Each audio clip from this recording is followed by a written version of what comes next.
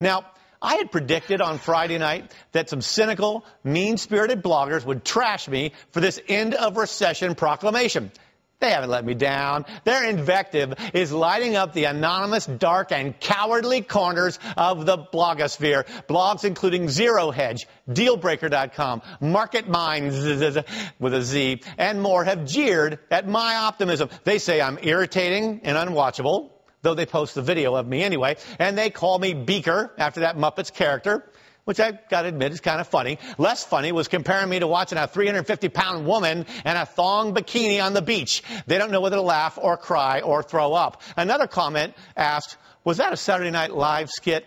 That was no comedy sketch. That was hope and fortitude, you digital dickweed. And I say dickweed because apparently it is indeed a plant akin to pond scum, and name-calling seems to be the lingua franca of the blogosphere. So here's the thing. I've always liked a good argument. So we contacted 7 different bloggers who have taken shots at me from the dark and cozy safety of their mother's basements, I presume, and we invited them to come on air and have at it. One guy with Zero Hedge agreed to come on, but wanted to remain anonymous. We said okay. Then he bails, claiming he's had a brutal day.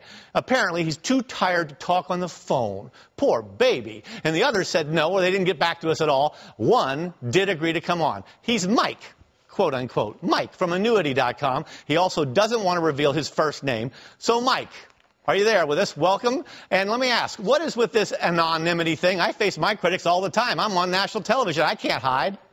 Here's what you wrote about me on your blog on Saturday. Quote, super dip, expletive deleted here, Dennis Neal, totally clueless about everything that is going on. Neal called the end of recession as of Thursday based on 2 data points. Actually, I just rattled off like 6 or 8. The truth of the matter is that none of these people understood the real problem, which was a credit problem, not a liquidity problem. So if the recession isn't ending now, Mike, when does it end? Well, first of all, about the anonymity, and I really appreciate that you would extend this offer.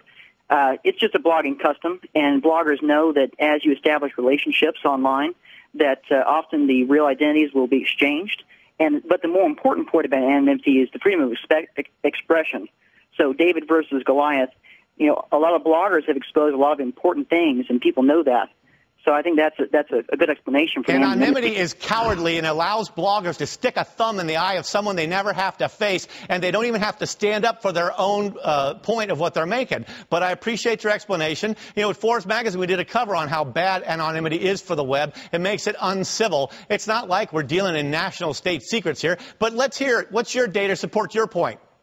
Well, I think that, first of all, regarding your main points, durable goods, Beige Book, consumer sentiment, and Case-Shiller, there's an interesting linkage between these that is an ultimate explanation.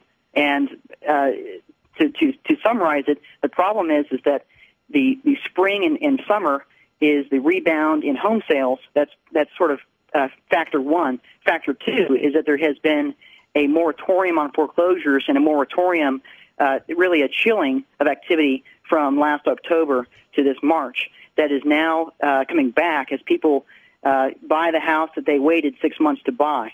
And so those things explain these minor improvements in Beige Book, especially durable goods orders. You know what, Mike? I'm sorry, but my friend, if this Sure. were the Gong Show, the producers had just given you the gong. You got no specifics. You got no facts. I sure hope you're a good-looking young cuss, because you certainly didn't do a very good job arguing your case. But thank you very much for being with us, and maybe we'll try this again. Mike, quote-unquote, from AnnuityIQ.com. Thanks for being with us.